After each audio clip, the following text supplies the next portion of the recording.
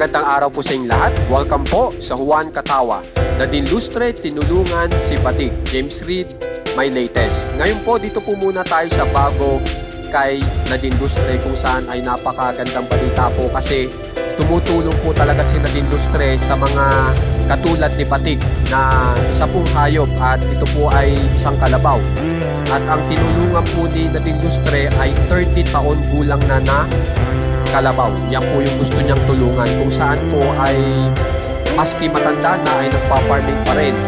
At ang gusto nga po ng mga animal rescuers ay makuha na si Batik at ma-stop na ang pagpa-farming niya at makapag-enjoy na kasi 30 taong gulang na po. At ang kapalit nga po ay farming equipment at tools at malaking pera. Siyempre, hindi papayag si Nadine Lustre na hindi tulungan si Batik kaya ito ay ipinost ni Nadine Lustre. Ang kinaganda po kay Nadine Lustre ay nung simula po siya naging vegetarian at saka makasama niya si Barrio ay lalo siyang napamahal sa mga hayop. Kaya kung mapapansin nyo, ang puro post niya ay patungkol din po sa hayop. At ito po yung kinagandaan din po sa kapartner ni Nadine Lustre na si Barrio, talagang animal lover po. Kung saan ay ito po, meron pong ipapamper si Barrio na baka at ito po yung nakikita nyo ngayon. Yan, si Barrio po ang nag-video niyan at yan, pinapamper niya yung baka. Napakahilig po talaga ni Barrio magpamper ng hayop basta kung pag may nadaanan siya, may nakita siyang hayop, pinapamper niya po. At pag patungkol naman po sa business ni Nadine Lustre at kapartner niya na si Barrio, tuloy-tuloy po ang business nila na wine business.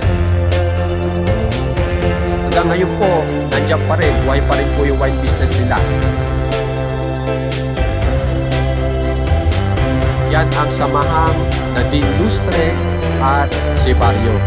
So ngayon punta naman po tayo dito sa pinakabago ni James Reid, kung saan kung mapapansin nyo, bagong gupit yan kasi meron po siyang bagong kanta na kung saan ay Tagalog at napakaganda po niyan. Yung Tagalog na kanta niya, tiyak sisikat na naman po yan. At nandito po siya sa Pinas para i-perform yung mga Tagalog songs niya. So abang-abang po tayo sa mga bagong susunod na lakbayin ni Nadine Lustre at James Reid at tingnan natin nawa tuloy-tuloy ang pagprogreso ng kanilang mga career. Maraming salamat po. Huwag niyo pong kakalimutan mag-subscribe para tuloy-tuloy po ang update nyo sa kanila. Maraming salamat po.